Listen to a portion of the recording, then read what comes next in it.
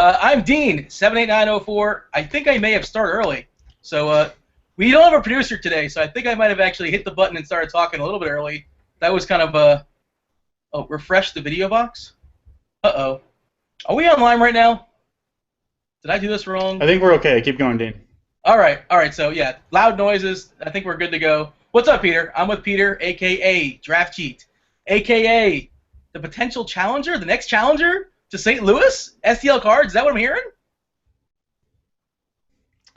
Yeah, I think it'd be interesting. We have, if you follow me on Twitter at Draftcheat, we had a little spat today, which we've had one or two in the past about, certain industry things. So all the respect to him. He's obviously off to a monster start. We're talking about STL Cardinals 84, of course, a fellow Grinders Live host. But, he sent out a tweet this morning about Strasburg that he's, in his opinion, overhyped and that, people are going to be on him despite the lack of production, in his words, which basically I vehemently disagree with. We can talk more about that later, but I think Strasburg has actually been better than expected this season, not worse. And I am higher on him today than I would have expected to be, based on how well, in my opinion, he's performed despite the lack of maybe traditional statistics. I saw the. Oh, you're talking about ERA, I assume, right? When you say traditional statistics, you frown on ERA. Yeah, pretty much. Yeah, a little overrated, a little too ERA, archaic for you. So I thought. Basically, I mean, it's not like 1970 anymore. I read the same Twitter thread, and I feel like he was making the point as per today, as far as, I guess we'll get that in a minute, but he was talking about Strasburg versus Felix Hernandez. They both happen to be the same price on FanDuel, so, all things being equal, I guess we'll discuss that in a second. Before that, I know you like to, you like to consider yourself to be an amateur weatherman. Is there any weather issues out there tonight that we should be concerned about? No, it looks pretty good. I haven't seen a lot. I think the Twins game in Baltimore maybe has like 30%, something like that. But I think it's going to be a go. Certainly something to monitor. But for the most part, it looks really good. And actually, a lot of games kind of with wind blowing out. It looks like it's the temperature is heating up most places. So can't argue with the weather. It's nice to see that. And given the past week when basically, all of the East Coast games have been in question. We've had to monitor it right up to lineup lock, and it's prevented players like me and probably yourself from doing heavy multi-entry in a lot of these tournaments. Just given the fact that there could be a lot of editing to do right up before lineup lock. So I'll definitely be going after the big tournaments tonight with no weather issues, and I'm really looking forward to tonight. I think it's going to be a lot of fun. It looks like it's actually warmed up in Minnesota as well. I guess you would know better than anybody. But supposedly like 68 degrees or so. I don't know if you watched the game last night with the Dodgers. It looked like Adrian Gonzalez was about to hunt the Himalayas or something like that, or hike the Himalayas, I suppose. Yeah. What was he wearing? Those guys were freezing, the guys from LA. I didn't actually see that game, but I've definitely seen, more than ever this year, those kind of like pullover, like hoodies that people are wearing where they have their whole face covered. And I've seen some funny tweets where it's like, can this guy even see the ball? He's got like two little eye slits. So a lot of funny stuff going on out there in baseball with the cold weather, which kind of is always the case. And for those that are getting discouraged, having to monitor weather every night, I have seen some stats, and basically more than half of all postponed games in baseball do take place in April. So once you get through this month, and we are through it, of course, into May. There are a few more in May usually, but then you get into June, July, and August, and I think last year in August there were zero postponed games due to weather. So definitely something to look forward to, and it's more fun when you don't have to worry about being an amateur weatherman, although I do pride myself in my weather skills and just can focus on analyzing the games themselves. Have you made your way out to the ballpark just yet? Have you caught a Twins game? I haven't yet. It's been just miserable here, too cold, but certainly I'll be there this summer when it gets a little bit warmer. If for no other reason, you got to get circled by Bert, right? Yeah, exactly. Circle me, Bert. That's a long-standing tradition here in Minnesota, no doubt about it. Bert Blyleven, that's his big thing. Well, also there's a great YouTube video of him. I don't know if you've seen it before, where he thought he was off air and he starts cursing for no particular. He's doing a promo and he completely botched it. He's like, ah! And you know what I'm talking about, or no? Are you aware of this? Yeah, it's noticing that. It's pretty funny. I'm hearing a lot of stuff from chat that our video sucks. So I'm not sure what the deal is there.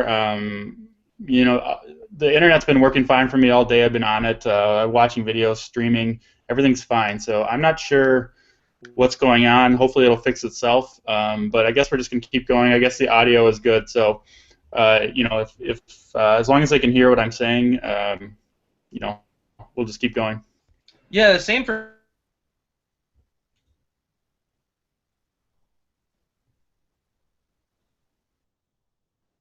Dean, you're breaking up for me. I didn't hear what you just said.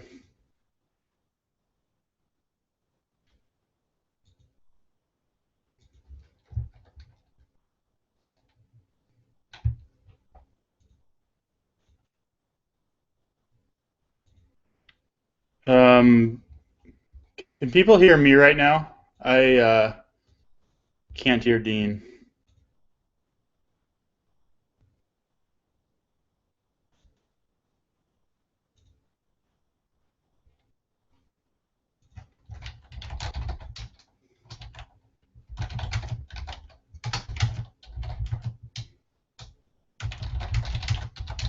So you guys can hear me, is that right?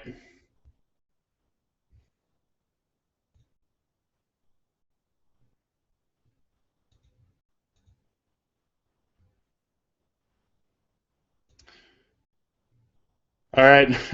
I guess for the second day in a row, I'm doing solo analysis. Sounds like Dean has dropped. I'm worried it might be my fault, my internet. It sounds like my video is breaking up, but nevertheless, I will start in on the analysis and kind of hope that we can get this figured out. So yeah, here we go. First off, starting pitcher. You know, I mentioned my kind of Twitter spat with STL Cardinals 84. About Steven Strasburg, and it did sound like we eventually kind of reached, you know, the same conclusion where he does like Strasburg as well. But I really like Strasburg tonight. I think, you know, the factors that are working against him are very overrated. Certainly his ERA, you know, up around 4, you know, not impressive. So if you're looking at that, you could say he's been disappointing. But if you look at his underlying statistics, and you know, this is maybe a discussion for another day. But they're very good. So my main point that we had on Twitter, and you know, I won't go too deep into this, is that ERA has basically been not proven to be a very good predictor of future performance. And so, as you know, as DFS players, our job is not to look at, you know, who has done well in the past. It's to look at statistics and predict who's going to do well in the future. ERA has proven not to do that. What does do that better is stats that are fielding independent pitchers. The reason for that is because you know, it's been proven that a pitcher can control very little what is done on the field after the ball is put in play, assuming that that ball put in play is not a home run. So basically, they can control 3 factors, and those are, you know, home runs given up, their walk rate, and their strikeout rate. Now, Strasburg has done pretty well in all 3 of those issues, or all 3 of those categories. His home runs may be a little bit up, but basically his big issue is that when the ball doesn't play, it's finding holes. Now, he can't will the ball to his defenders, and you know, it's hard to believe, but that's certainly hard to control. So he does have the league-leading strikeouts per 9, and in stats like xFIP, FIP, and Sierra, which if you're not familiar with, they try to take out factors where the defense is included. He's, you know, in the top 5 in all of those. So he's a top option for me against Philadelphia. Philadelphia, I know they have a lot of left-handed bats, but their numbers have not been great this year. I think they ranked 23rd in WOBA against right-handed pitchers. So I'm very high on Strasburg. I do like, you know, just a little bit more Felix Hernandez, of course, against the Astros. You know, he wasn't, of course, he was disappointing last time against the Astros. He was kind of cruising through 5, I think, and then he got lit up a little bit. But the Astros, you know, they're a mirage. They have not been good. They've struggled against right-handed pitchers, especially. And Felix has been right up there, you know, with Strasburg in stats like swinging strike percentage, you know, strikeout percentage, FIP, xFIP, Sierra, all those kind of advanced pitching independent statistics that I like to look at. And I think he is the top option, just barely over Strasburg tonight, in my opinion. I think, you know, on FanDuel, they're both 10.3K. I think you're going to see a lot more people on Felix. At least that's kind of the feeling I'm getting about talking to people in the industry, reading articles, all that good stuff. So I think Strasburg might be a good GPP play. I think I prefer slightly Felix Hernandez over Strasburg in cash games, but I'm high on both. And on multi-pitcher sites, I'm going to do everything I can, to get both Felix and Strasburg in my teams. Sites like Draftcheat, like DraftKings, I want both, and I'm willing to sacrifice. I'm willing to sacrifice stacking, which I do think is a proper GPP strategy in most instances. To get a massive score to get both those guys, because for me, they're way above everybody else. Mortimer, I'm back. Dean, you're back. Yes, sir. Excellent. So I just went on a little, 10-minute monologue about Strasburg and Felix, why I like both. I do like Felix just a little bit more. I do think Strasburg might be a better GPP play on FanDuel, where they are the same price. Let me get your opinion on this. If you had to guess in, maybe the strikeout, the $25 massive tournament on FanDuel, how much more owned, if at all, do you think Felix will be than Strasburg? Somebody actually suggested to me that Felix will be 80% owned, and I don't believe that because of his price, because he's coming off a couple bad starts, one of which against Houston. People have short memories. They tend to look at the most recent as opposed to the last 5 years. I think Andrew Kashner. I think he's going to be under-owned, but I think he's certainly in the conversation of guys I'm going to play. And if you're talking about the strikeout, you're talking about a GPP. There's two guys that just screamed tournament to me today. One of which, Brandon Morrow, the guy threw a no-hitter last game. Come on. He also walked 8 guys too, but we're burying the lead there. But Brandon Morrow at 5.3K against Pittsburgh. They strike out a ton in general, especially against the the right-handed bats, against the righties. So I think Brandon Morrow is an interesting character to throw in like a strikeout in the strikeout tournament. Certainly not a cash game play. And Danny Salazar. He had a weird game. I think that was the game against the White Sox, was it not? Where he had his BABIP was like 900. He struck out like 10 batters of 10 of the 11 guys he got out, something along those lines. So and the White Sox, they're kind of like the White Sox are sort of like the Braves of the the American League in some sense. Is that a fair assessment? They strike out a lot. They they can hack. They hit a lot of homers. Got the Adam Dunns and I don't know. I just think that for tournaments, I think both those guys are interesting. So I think they're going to be somewhat owned in the strikeouts, and obviously they open up the bats for you. You asked about let me actually get to your question. Strasburg versus Felix Hernandez. I think Felix Hernandez will be around in the strikeout 35%. Is that a fair number? 40%? Yeah, I think maybe even a little bit higher. There are other top options. We haven't really talked about Cliff Lee, David Price. Yeah, Smizzle just said, is it BABIP or BABIP? For me, it's BABIP. But, Dean, we pronounce a lot of things differently, so I'm just going to roll with it. And certainly I don't know if there's a correct pronunciation of that, batting average and balls in play acronym. So we'll roll with that. I just had to acknowledge, Smizzle's funny joke there. Cliff Lee, I think, is interesting. I think. Go ahead. Yeah, no worries. But just talking about Cliff Lee a little bit, I think people are going to be on him, and I think that's a mistake. I'm not going to play him in any lineups, and I'm going to have 30-plus lineups out there. The reason is the Nationals have just been absolutely crushing left-handed pitching. Their WOBA is up at 407, well leading the pack now. That is very driven by their batting average and balls in play, otherwise known as BABIP, as you call it. BABIP. So I'm not certainly putting all the too much stock into that, but they've been really good.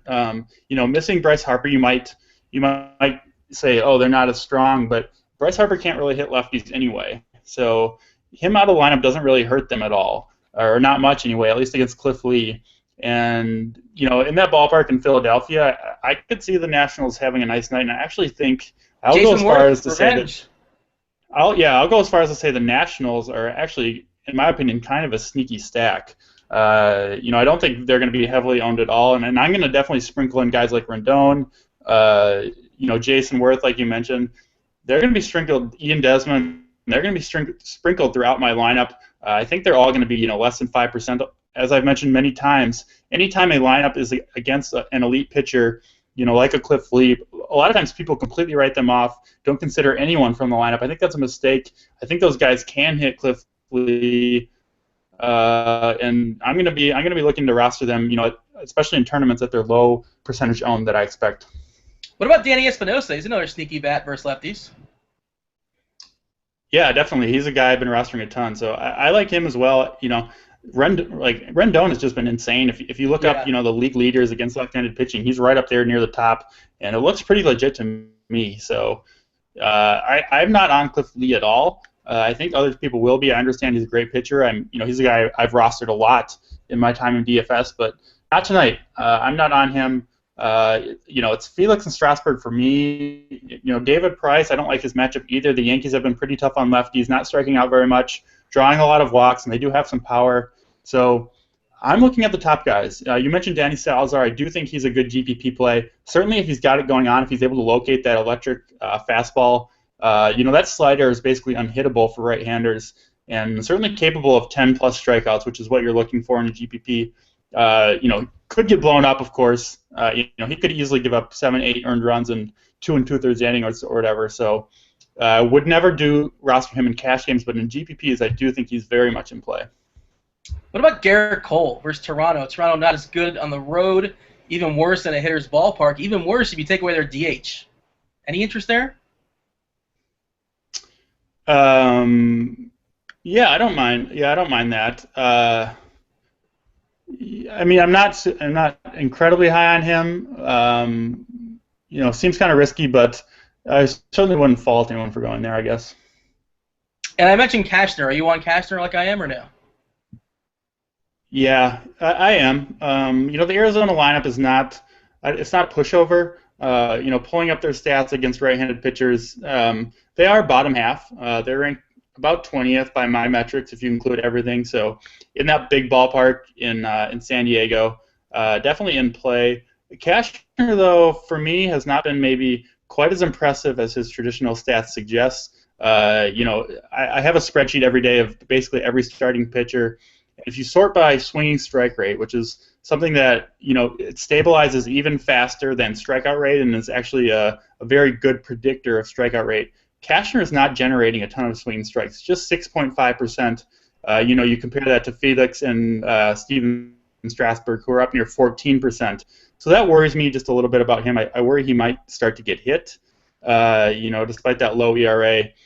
But that big ballpark in San Diego is certainly enticing, and a lot of the big, Arizona bats, guys like Goldschmidt, Prado, Aaron Hill, are definitely neutralized by right-handers. So I think Cashner is a pretty strong play. He's got banged around actually of late on the road, but he said really, he clearly has home road splits from what I've seen, certainly this year at least. So I'm not afraid to unleash him. 8.5 is a nice little discount. I feel best about Felix. So okay, I didn't hear what you said about Felix. Just that, you're not concerned at all? Felix hasn't been good his last 2 outings, one of which against Houston. No, you have no interest. You're just going by the big sample size versus small one. You don't think there's any sort of issue with them? No, so I'm definitely with in the same boat as Strasburg with Felix. For me, they've been 2 of the very most impressive pitchers early on in the season. I've actually got, if you guys can see, my Felix T-shirt that I got at a game in Seattle. I was out there. My brother lives out there, and I was out there visiting for his bachelor party. He's getting married in June.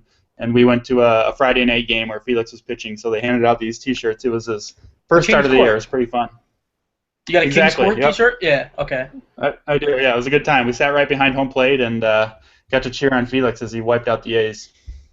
All right, so there you go. Congratulations on, your brother. I wish him the best. Oh, thank you. I'll pass it on. Yeah, I'm sure. That was heartwarming, too. I don't know if you felt that. But it certainly was. Yeah. There was some passion. Straight from the heart, Dean. Absolutely. I would have it no other way. So is there any other starting pitchers you want to yap about? Anything you want to touch on? Anybody else that any ridiculously cheap pitcher? Mauer, are you with me on Mauer as a GPP play, or it's just I obviously by nature GPP. You throw anybody out there, he's 5.3K on FanDuel. You said you're running out 30 lineups. You're not gonna have one with Mauer on it. I'm sorry, Brandon Morrow. Yeah, why am I calling him Mauer? Yeah. What am I? The Minnesota thing's in my head. Brandon Morrow. Yeah, I think he's interesting. Going to Pittsburgh, pretty tough park for hitters. And you mentioned, going from the AL East to a team like Pittsburgh, so he gets a huge park bump. He gets to face the pitcher instead of a DH.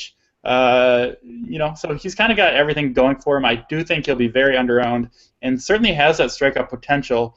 He hasn't really shown it, last year and this year. It hasn't quite been there for him. Despite, his fastball velocity still looks pretty good. He still seems to have the stuff, but he just hasn't been generating the swinging strikes that he used to, or the strikeout. I guess the strikeouts are okay this year. But, as long as he can command his stuff, I could see him being in for a nice night. I do like a good number of the Pittsburgh bats, which we can get to later. But, I wouldn't hate on that. One guy I am looking at, especially on DraftKings where he's really cheap, Tim Lincecum. Hasn't been great this year, but he does have a pretty high strikeout rate, and even through his kind of demise, he's not the pitcher he used to be, not even close, and is very prone to give up home runs. So I am on some of the Braves bats, but the Braves are striking out a ton against right-handed batters. They're up there kind of with the league leaders in that category. And I could see, Lincecum pitching 7 innings and getting 8, 9, 10 strikeouts. And at his price, if you get that, you could be in for a nice night. And I think I think most people are pretty much completely scrolling past him without even a second look. So you mentioned DraftKings. Let's talk DraftKings specific. What about Mike Minor coming back, first start of the year, 6.8K, friendly ballpark in San Francisco? Is there a pitch count we're aware of? I imagine maybe he'll go like 85, 90 pitches, 5 or 6 innings, something like that. But at that price, he's a solid pitcher. San Francisco not exactly the most imposing of lineups. Is he on your radar just for DraftKings? Yeah, I don't hate him. You gotta love the price. I think it was maybe Dan Bach that tweeted out earlier. He struggled in his final start in AAA. So with one start, I'm not going to write him off too much, but the San Francisco bats, what was his BABIP for that game? Yeah, well, I think he gave up 4 home runs, so anytime you do that, you kind of deserve to get rocked. But I actually like the San Francisco bats a good bit. You did mention it's a pitcher's park. It is in Atlanta, not San Francisco, so still a pitcher's park, but certainly not the park that San Francisco is. And I like guys like Posey and Pence and Morse and even Pagan a little bit. So those guys all get park bumps going from San Francisco to Atlanta. So I'm not I love the price on Mike Minor, and certainly if you want to stack some of the more expensive teams, you're gonna have to save probably at starting pitcher. You're probably gonna either have to go Felix or Strasburg, or maybe Cashner, and then save somewhere else. So if you are looking to save a lot of money, I wouldn't hate on a Mike Minor pick. I just I worry about his upside tonight. I'm not sure he can go super deep in games. Just given that it's his first start back from the DL, and for that reason, and San Francisco does have a lot of guys that hit lefties pretty well. So I'm worried about that his upside might be lower than guys like Salazar and maybe even Tim Lincecum. Yeah, my bad. For some reason I put the game in San Francisco, but it's in Atlanta tonight. But you did say that San Francisco has a lot of guys that can hit lefties well. That's a perfect segue, is it not? Let's talk about catchers. Who's your top catcher of the night? As usual, anytime he's up against a lefty, Buster Posey, he hasn't been off to the best start in the world, but traditionally just an absolute lefty masher against left-handed pitchers. He is one of the best hitters in all of baseball, not even regardless of position. So I definitely like him against Minor, who we just talked about returning from the DL, and kind of a traditional lefty, not a hard thrower. I think I'd have to do more research on this, but at least anecdotally, I do think those are the guys that Buster does really well against, guys that he can kind of, sit out over the plate against, lean out over the plate, and, kind of tee off and really pull one down the left field line. So I like Posey a lot. I'll be getting him where I can, but, I did mention I'm really high on Felix and Strasburg, so it's going to be hard for me to get a lot of the top bats. So where are we saving? Who's our cheapie catcher? We're going to go in the middle. El Oso Blanco? Evan Gattis? Kind of like him tonight. What do you think of him? Versus your boy I like Timmy him a lot. Yeah, I mentioned I do like Lincecum a little bit, but only as a GPP play. Certainly the Braves capable of leaving the yard multiple times against Timmy. Gattis, obviously tremendous power. I did have him some last night when he hit a home run, and he's one of the rare guys that he swings for the fences every time he's up, and if he connects a couple times, you can have a double dong night on your hands. Yeah, he doesn't seem to care about the count or the score or batting gloves for that No. matter. Yeah, he's just like he's a throwback, I guess you would say.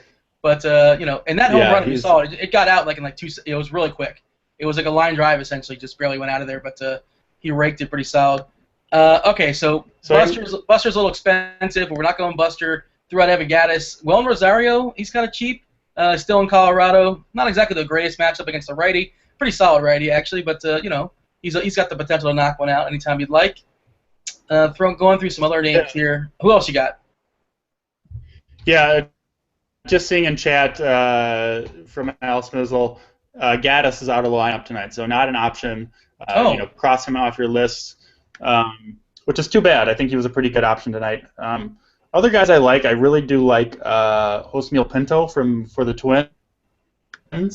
Ubaldo Jimenez has been just awful this year and pretty bad the last couple of years, really, since his move to Baltimore. So I think he's in a good spot. It should be a decent night to hit in Minnesota, and I've watched him a good bit. He looks legitimate. His stats back it up, and he's shown tremendous pop. And he's kind of like a Gaddis type, where he really is swinging for the fences, which, maybe not always the best approach, but you certainly don't mind it in your GPPs as a DFS player. So I do like him. Another guy I like a lot, Matt Wieters, who's off to a really good start this year, and he's traditionally been a much better hitter from the right side of the plate. This year, though, he's been really effective from the left side. So I'm not sure, it's not just his, his WOBA is much better, his advanced statistics, but also the statistics that kind of produce that WOBA have changed. It's not just a batting average on balls in play issue. He is, his walk and strikeout rates are way better against right-handed pitching than they've used to be. So maybe he's figured that out. He was a super high-touted prospect coming up. People thought, he had the chance to be one of the kind of the best hitting catchers ever, and it didn't really pan out his first few years, but I think maybe he's really coming into his own. He is still, fairly young, so certainly could be figuring it out, and I think I'm going to be riding him while he's hot, and maybe hope that that the talent is really finally coming through. He had that walk-off dong last night as well. Yeah, that helped me a good bit, so I'm, he deserves to be rostered by me after helping me out. What about, it actually hurt me, so I'm bitter, so I'm not going to roster him tonight. But what about Pena batting fifth tonight for the Reds? You see that? I'm looking. Check out the lineups right now. We got Pena batting fifth. Yeah. Yeah, because I believe that is right. Who's okay? There's no Brandon Phillips. Yeah, and he's got no Hamilton either. Exactly. So the Reds lineup is watered down a little bit, but certainly to the benefit of Brian Pena, who hitting fifth, a switch hitter. Historically not a great hitter from either side of the plate. So I'll temper my expectations on him just a bit, but he does have 2 home runs, including last night. So certainly, confidence riding high, swinging a hot bat, and you got to like him, when he's at home in that bandbox in Cincinnati. Yeah, and it's Votto, Frazier, and Bruce sitting in front of him, so there should be some RBI opportunities. So maybe Bruce will clear the bases. Who knows? But that's a pretty solid spot considering his price. Yeah. So I might have a little bit of him. Agreed. Jason Castro as a GPP play, I would throw that out there. He tends to match the righties. Obviously, not in a cash game against Felix Hernandez, but he's shown some power this year at all times actually. So I think Castro is in play to some degree for a tournament. Is there anybody else we can throw out there? Yeah. What do you got? No, but I will say I'll say that I do totally agree on Castro. I mentioned this pretty much every show, but a great GPP strategy is to take players against pitchers that will be heavily owned. We started the show guessing on Felix Hernandez's ownership percentage. The reason we do that is because we think it's going to be very high tonight. You mentioned, maybe 35, 40%. I think it'll be even higher in, high stakes tournaments. And if you take Castro, you guarantee yourself you are getting a low-owned catcher. No doubt about it. He's going to be, I think, probably less than 5% owned in every, decent-sized GPP. And catcher's a position where, it's weak enough where the top options, there are a few enough of them that they can all flame out. The heavily owned guys. There's going to be a few guys that kind of everybody's on, guys like Posey, and those guys can have bad nights. And if you get that catcher catcher that nobody has that hits a home run, you are off to a marvelous start. So I think there's a lot of merit in looking at a guy like Castro who does mash right-handed pitchers and who goes up against who I think will be the most heavily owned pitcher of the entire evening. Yeah, that's a fair point, and obviously it's for for tournaments only. I don't think Castro is necessarily the best cash game play, but it's a great way to get ahead in tournaments. Yep. Let's swing it over to first base. Miguel Cabrera, good hitter just in general. He's even better against James Shields, actually. He's mashed him around throughout his career, and he's still 4.4K. Looking at FanDuel, that's still pretty cheap. It's still kind of on sale. So I think he's the top first baseman today. What do you think? Albert Pujols right below him. I kind of like him as well. Yeah, I like both guys. Certainly Cabrera had been heating up a little bit, and you did mention he does hit James Shields very well. In 43 at bats, struck out only 6 times, 4 walks, 2 home runs. A lot of his, he's got that 1.2 OPS. A lot of that is he's got a good number of just singles and doubles. Don't put much in. The BVP is there for him. For me, it's not alarming. For me to weight BVP, I need something kind of out of the ordinary. For me, it looks like he hits Shields pretty well, but nothing that, in my opinion, is statistically significant. And Shields is a pretty good pitcher in general, so I'm not giving Cabrera much of a bump from that BVP. Maybe a little bit, but he doesn't need it. He is just that good of a hitter, and at a discounted price, I think a month from now we'll see him consistently as the premium priced first baseman. So it's always good to get him now while he's cheap. Yeah, my point was just don't be afraid, don't be scared away because you see James Shields, who's not exactly the best pitcher today, but he's a top 6, top 7 pitcher, something like that. Going down a little bit, I like Brandon Moss. I think he's kind of on sale. He doesn't care who you are. If you're righty, he's going to mash you. 3.4K, that's a pretty solid price for him. Prince Fielder, his price keeps plummeting, but justifiably so. Maybe he'll get hot when it starts getting hot in Texas, but actually, he's in LA. It should be hot tonight in LA, but I think he's facing a lefty, so I don't necessarily love him maybe for a tournament. Going down even more, Eric Hosmer seems to be cheap, kind of like him tonight a little bit. Maybe I just keep falling for that trap. If you want the safe GPP play, the safe 50-50 play, it's Joey Votto, right? Is that our 50-50 tournament? Cash game, first baseman, pretty much standard? Pretty much, yeah. I mean, yeah, he's always going to get you a couple points. The matchup against Peralta, I don't think, is one to be too afraid of. He can struggle at times with his command, so you'll probably see Votto draw a walk or two and maybe get a hit, and he probably won't drive any runs because he's so selfish that he won't swing at pitches outside the zone to try to get RBIs, right? I hate when people say that, but that's just me. But I'm with you on Brandon Moss. Clay Buchholz has not been good this year. His velocity is down. His strikeouts are down. And it really dates back to, if you remember last year, he got off to that tremendous start. Then he got hurt. And ever since his return from that injury, and I think even right before it, he's been really ineffective. I think I read an article earlier this year that he thinks his mechanics are all off. It sounds like he still might be, kind of suffering from some pain or mechanical issues or whatever it is. And I think he's a good target for an A's team that is really sneaky. They were putting up a lot of runs last year and this year. People don't traditionally think of the A's as a kind of a huge offense, but man, they got some good hitters. Guys like Crisp, Lowry, Moss, Cespedes, Donaldson. You go down that list, and those guys are all very good hitters. The one problem with the A's, and it definitely applies to Moss, is that they're kind of king of the platoon, king of the pinch hitters, and you don't often get your full complement of the bats from the non-switch hitters. So guys like Lowry and Crisp are usually safe. Guys like Moss, most games, I would say, he does get pinch hit for at some point. Yeah, people have heard this rant from me more than once, I'm sure, but that's my one thing. I hate platoon guys. I hate like last night at work, Sean Rodriguez, I actually played him last night.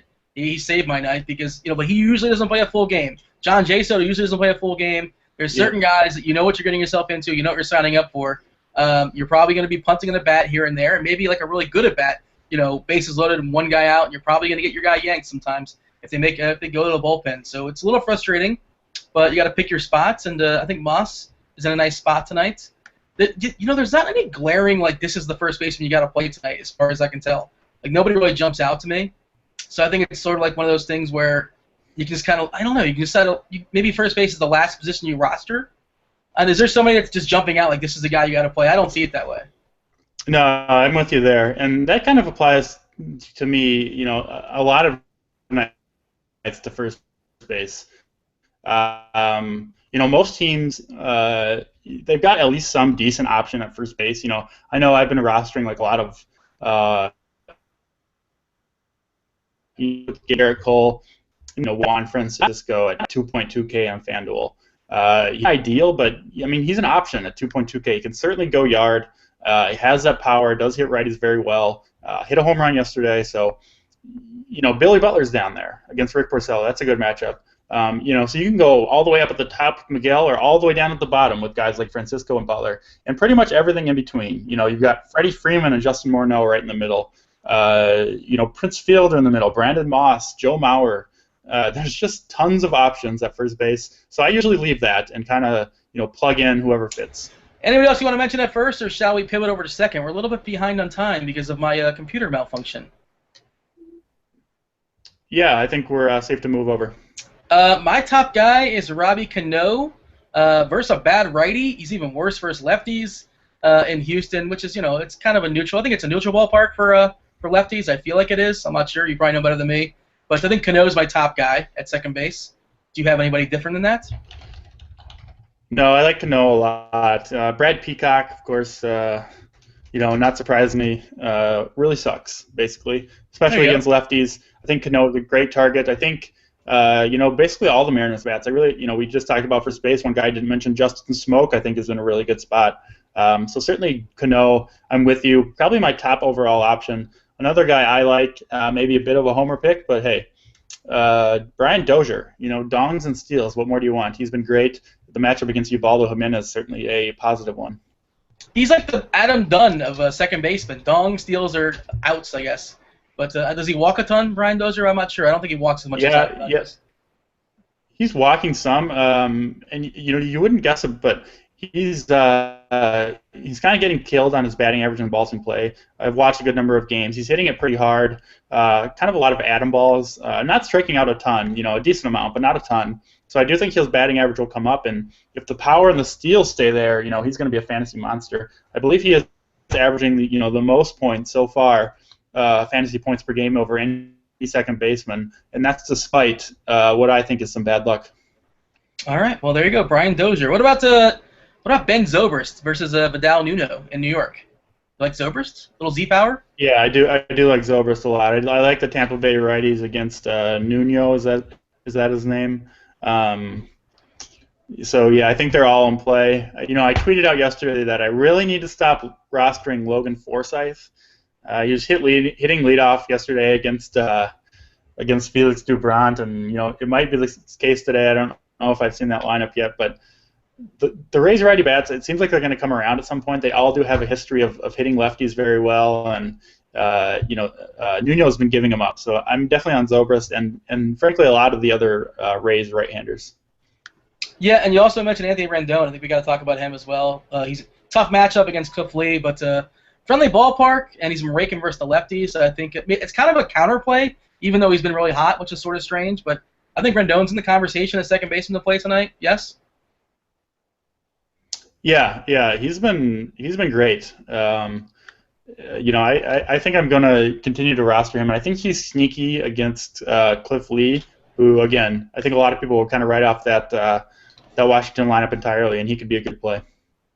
Dustin Pedroia has been pretty disappointing this year. I usually like to play him against lefties, but Dan Straley, is this a spot to pick on Straley and run with Pedroia? I don't think he's going to be heavily owned. His price is down a little bit, some spots. What do you think of Dustin?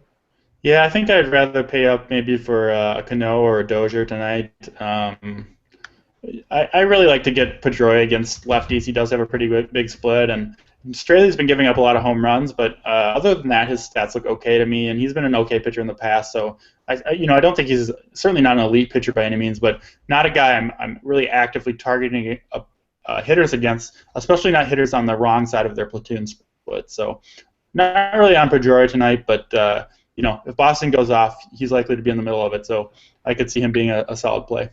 What about Howard Kendrick? He's been hot of late. Talk about him. Yeah, I have no issues with him. Angels got a pretty good matchup tonight. Could certainly turn it on. Colby Lewis, a guy I think is worth targeting, although he hasn't been terrible by his stats, but his velocity doesn't look good. I do think that teams are going to catch up with him and start hitting him. But again, I really do like the top guys at second base, and they're not overly expensive. Guys like Cano, Dozier, Rendon, Zobrist. So in the majority of my lineups, I think are going to pay up. I agree. Let's get out of second base. By the way, Espinosa, second base, 3K on FanDuel. He's on a bad play. We talked about stacking Washington as a counterplay to try to take down Cliff Lee. I think he probably is in your mini stack for Washington, most likely, maybe in the conversation of. But yeah, let's get over to third base. I think there's three guys that kind of jump out to me at third base. We got the Kyle Seager we talked about taking on Houston. Evan Longoria in New York, bad pitcher, bad lefty. He's been struggling of late a little bit, a little frustrating, but potential's there. He's Evan Longoria. I always yielded a big sample over the small sample.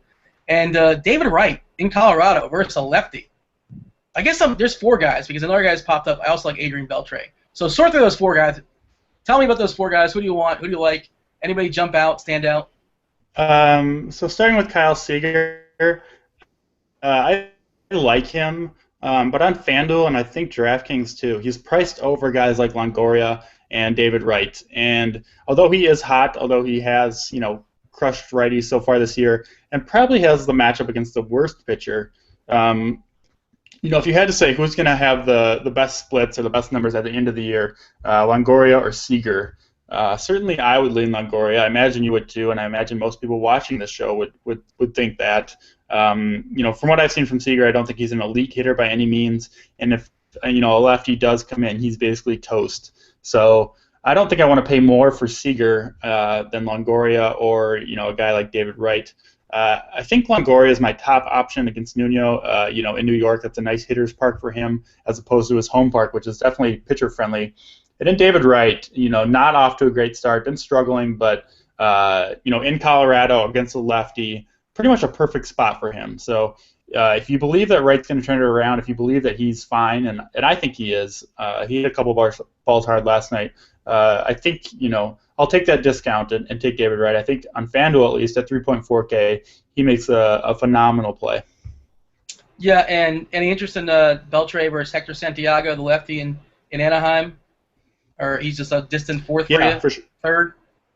Yeah, for sure. No problem there.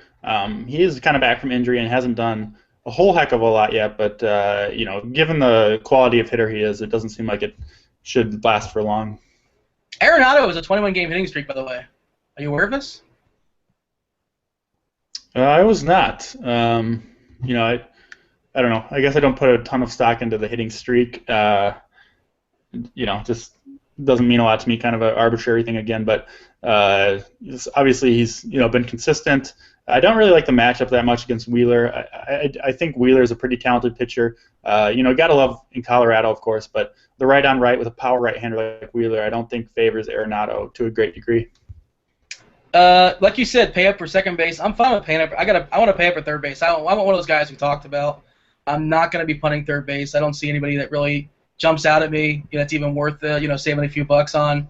Do you agree with that? Is there anybody else that you consider punting with, or you're going to kind of pay up at third as well? Yeah, I want to pay up, but again, I want the elite starters tonight, so I can't pay up everywhere. I definitely do want, I think, one of Longoria or David Wright, as much as I can. Let's get over to shortstop. Tulowitzki, CSU Rams, somewhere his ears are ringing. He's just 5 points. He's 5.2K. It's pretty expensive. Not the greatest matchup in the world against Wheeler. He's a pretty solid pitcher, so I'm probably not going to be paying it. And like we said, if we're going to pay it for second, we're going to pay it for third. You got to save some money someplace, and for me, I think it's going to be shortstop. How about yourself? Yeah, I can't really see paying that price for Tulo tonight, which sounds a little bit crazy to say given how hot he's been. We do know that I believe I saw that Carlos Gonzalez is doubtful tonight. I think it's like an index finger or something that he's hurt with. So, that kind of hurts the overall potential of that lineup, and I believe that hurts Tulo at least a little bit. And I just don't like that matchup with Wheeler that much.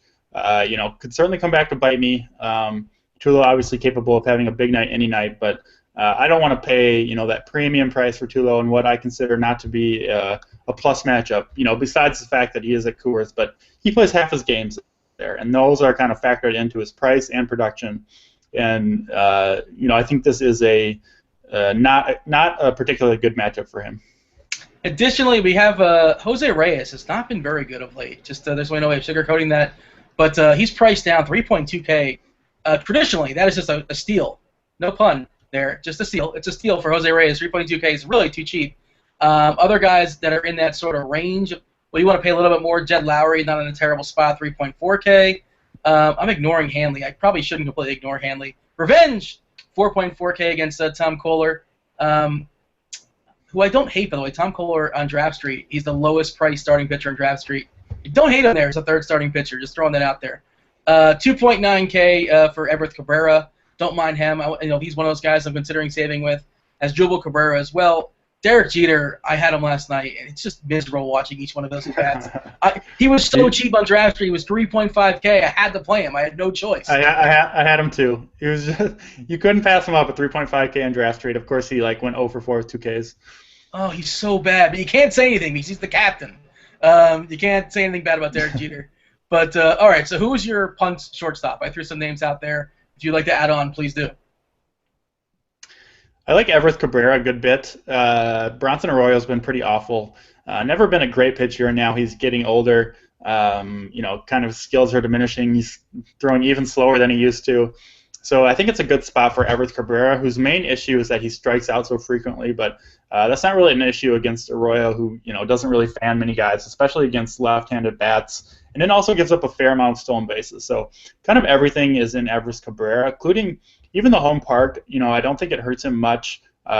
San Diego obviously not conducive to hitters, but he doesn't really derive much of his production and value from power.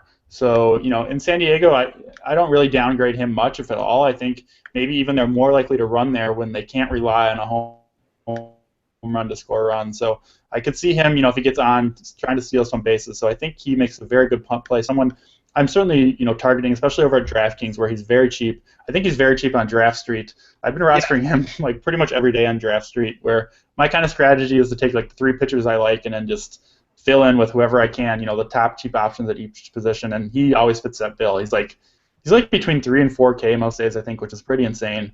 So yeah, I like him. Jose Reyes. I don't know. Have you looked up? Can you run on Garrett Cole? I haven't looked that up. I'm not really on Toronto much. Let me see. Well, according to the ESPN, their daily notes, they rank 1 through 10 as far as how hitters are, and they break it down for lefties, for righties, and for steals. On a 1 to 10 basis, Toronto has a 4 as far as stealing capability today. Okay. So I guess it's neutral, I suppose. Yeah. So he hasn't been running anyway, which I think he did. It was his hamstring that was hurt, right? So he doesn't have a stolen base since returning, as far as I can tell. I don't believe so. He was hitting. There was a hit and run though. I was watching the game. Certainly concerning. He was a part of a hit and run the other day. So he obviously doesn't. Okay. Go ahead. I'm sorry. Continue. So yeah, I think stolen bases are one of those things that. Stolen bases are a thing I think can be very streaky, depending on how a team's swinging the bat, what the manager's feeling like, and then mostly what a player's kind of legs are feeling like. I think players do get tired legs. They do have kind of sore hamstrings. We see Jose Reyes miss time pretty much every year with kind of muscle leg injuries. My guess is his legs are not feeling 100% right now, and I do think he is much less likely to take off and steal a base at this time than he would be normally. And you kind of need that from him to roster him. In Pittsburgh, he's not very likely to hit a home run, so without that steal potential, his upside is pretty limited. Yeah, that's a big part of his value, obviously, the stolen base potential. But like I was saying, we kind of got crossed up there, but he at least attempted to steal a base, or he was a part of a hit and run the other day with Melky Cabrera. So, he's at least willing to run the second base if the batter's willing to swing at the ball. So it's at least that much, we know. Maybe he'll actually steal without a hit and run, I don't know. But that's that much I've seen. We only have a few minutes here, so let's just pivot over to outfielders. Who's your top outfielder of the day, price, all that kind of stuff factored in? Outfield's a little bit tricky for me tonight. One guy I actually like a bit, and I think could be under-owned is Andrew McCutchen. He does traditionally hit lefties better. He does get the the matchup against a right-handed Brandon Morrow tonight, but Morrow, as we mentioned, walked 8 guys last time and really struggles with his control. And so I could see McCutchen, getting on base via walk. He is a pretty patient hitter, and he's a guy that can obviously steal a base. So I could see him, kind of running wild. And I've also, just anecdotally from watching Pittsburgh play, when he gets up 3-0, 3-1, that seems like when he's really dangerous. He really swings for the fences at those times. And against someone with the command issues that Morrow has, I can see him reaching base or getting ahead of an accounts. And so I think he could be a good sneaky candidate to leave the yard tonight, or maybe steal a base, or maybe both. So I like him a good bit. I did mention Carlos Gonzalez will be out of the lineup. I think he would have been a top option. I do like Justin Blackmon. I believe in him. I know he doesn't come with the greatest pedigree, didn't have the greatest career before this year, but he's been really good, and from everything I can tell from his statistics, it's pretty legit. So I like him a little bit too. Mike Trout, of course, always a great option, but super expensive. So what are the guys you're paying up for? I think it's a position that I'll be looking to save just a little bit of cash at. I think I will as well. And if we're talking about FanDuel, we're talking about, I like to just pick the cheapest guys, the guys on sale, the guys that have shown in the past they've been solid. They just haven't necessarily been solid of late. And the first guy that jumps out to me is Adam Jones at $3K. It's a little too cheap for me, especially against Ricky Nolasco, who has a tendency to blow up every once in a while. I like that price. Jason Hayward, another guy, scuffling, but he's shown the ability, he's shown the talent, and I've seen him hit into a lot. He's hitting some line drives at the wrong people, or at people, just people in general, and they're turning into outs as well. So 3.1K, that's too cheap for me as well. Kristen Yelich, he's still at 2.9K. I like Yelich. It's 2.9, correct? Yeah. He got his first dong the other day. Don't count on him for a dong, but Josh Beckett this is not your friend of 10 years ago, Josh Beckett. It's a different guy. He's not very good anymore, so I think he's in the conversation. So I'm with you. I'm probably going to save Alex Gordon. Don't mind him at 3K versus Rick Porcello as well. I think he's another cheapie worth a look on FanDuel. Yep, I like all those guys, and there's so many cheap options, and I even like guys like Hayward and Yelich, in a lot of cases, at least as much as kind of the top guys. So definitely a position I don't think it's necessary to spend on. I've mentioned several times now, I do like the top starting pitchers. I'm going to have them on as many rosters as I can, and I'll save money. The outfield will be one spot where I think I can really save a lot of cash, on pretty much every site. So I think that's the route I'll be taking. I do think it is the route that a lot of people will be taking. So if you want to go off the board a little bit, maybe look at some of the more expensive outfielders and some of the cheaper starting pitchers. That's not just a strategy for today, but that's kind of my standard strategy. I want to pay up for my pitcher. I want to get the pitcher I feel most comfortable with. I feel like those are the most trustworthy, the most reliable points. There's no guarantee, obviously, but I'll take my chances on the cheaper bats, the guys that have shown a propensity to hammer the ball in the past, haven't necessarily done it so much in the future, or, of late, but they, I just think they're in a good position. I like the guys on sale. And before we get out of here, one more guy I want to say, just because I played him last night unsuccessfully yet again, and I'm probably going to play him again tonight. Will Myers at 3K. The talent's there. It's going to happen one of these days, isn't it? He's going to break out. I'm with you. I played him as well, especially on DraftKings, 3.2K, which more on DraftKings than FanDuel, but their pricing is, players are more there in general. So I think he's a great play, especially on DraftKings, and I do believe he has the talent. It's going to come. So I'm going to keep rostering him. All right, I'm stubborn too, so I'm going to keep rostering Will Myers as well. I'm reading in the chat that Bog says they're going to be live in 15 seconds, so you got to refresh your browsers. So we're going to be colliding any second now. So on that note, Peter, anything you want to say before we go? No, good luck, guys. Big night. Hope some grinders can take down a tournament. Ditto, I agree. Boggs is next. Enjoy.